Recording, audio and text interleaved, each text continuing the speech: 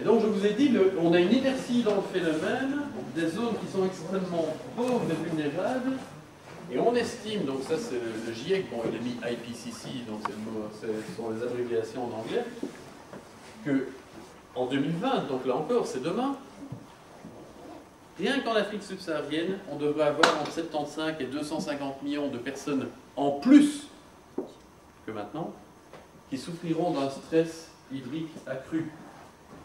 C'est-à-dire qu'ils auront moins d'accès à l'eau. C'est bien d'accord, l'eau c'est la vie. Et donc on doit se préparer à avoir un coût des catastrophes naturelles qui va être difficilement supportable par nos sociétés si on ne s'y prend pas à temps. Et alors voilà justement 3 scénarios sur lesquels on a envie de tabler si l'homme n'est pas assez bête. Après, il y en a d'autres qui vont jusqu'à plus 6 degrés, mais bon, là on espère que non. Ici, par rapport à 2000, vous avez l'évolution des températures telles qu'elles sont prévues si on avait tout arrêté en termes d'émissions de gaz à effet de serre en 2000. Bon, c'est pas probable, d'ailleurs, on a réussi à le prouver, je suis venu en banlieue par exemple. Voilà.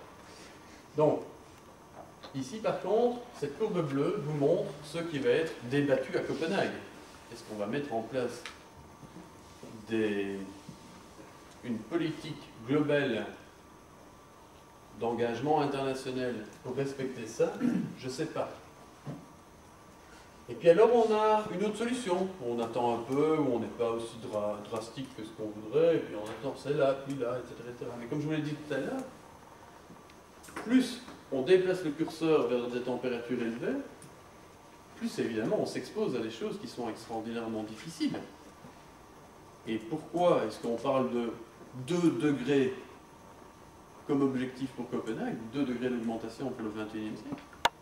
C'est parce que on est unanime, la communauté scientifique, pour dire au-delà de 2 degrés, il va y avoir, entre guillemets, une irréversibilité des processus, dans le sens où vous allez avoir des processus d'auto-alimentation du réchauffement climatique qui vont se créer. Et c'est ce qu'on veut éviter, évidemment.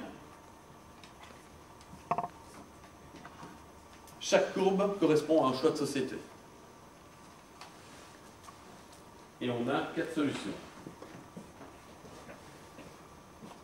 Réduire la demande, améliorer l'efficacité, utiliser des technologies qui sont pauvres en carbone et viser les émissions non énergétiques. La première solution, réduire la demande. Mais vous êtes fous!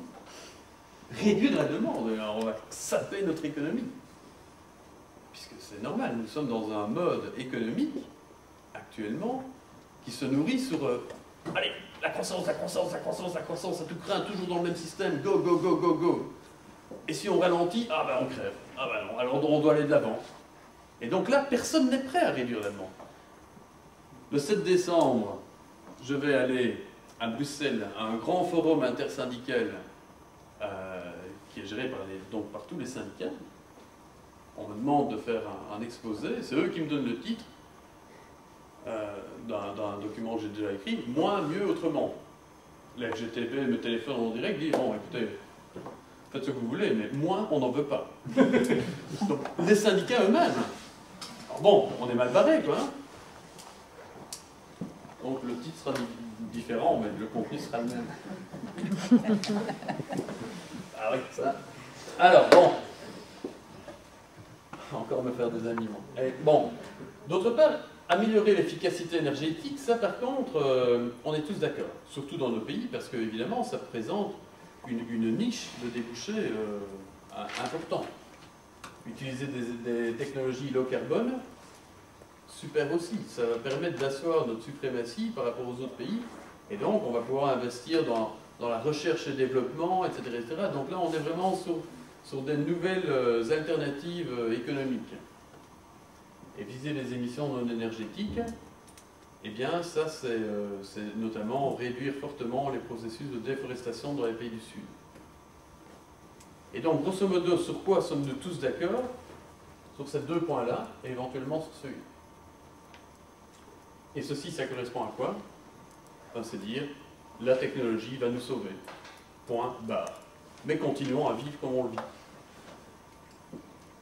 Et d'ailleurs, on voit ça partout, hein, je veux dire. Vivez comme vous voulez. Et on vous dicte d'ailleurs la manière dont vous devez vivre. Et donc ça, c'est un slogan qui est présent partout.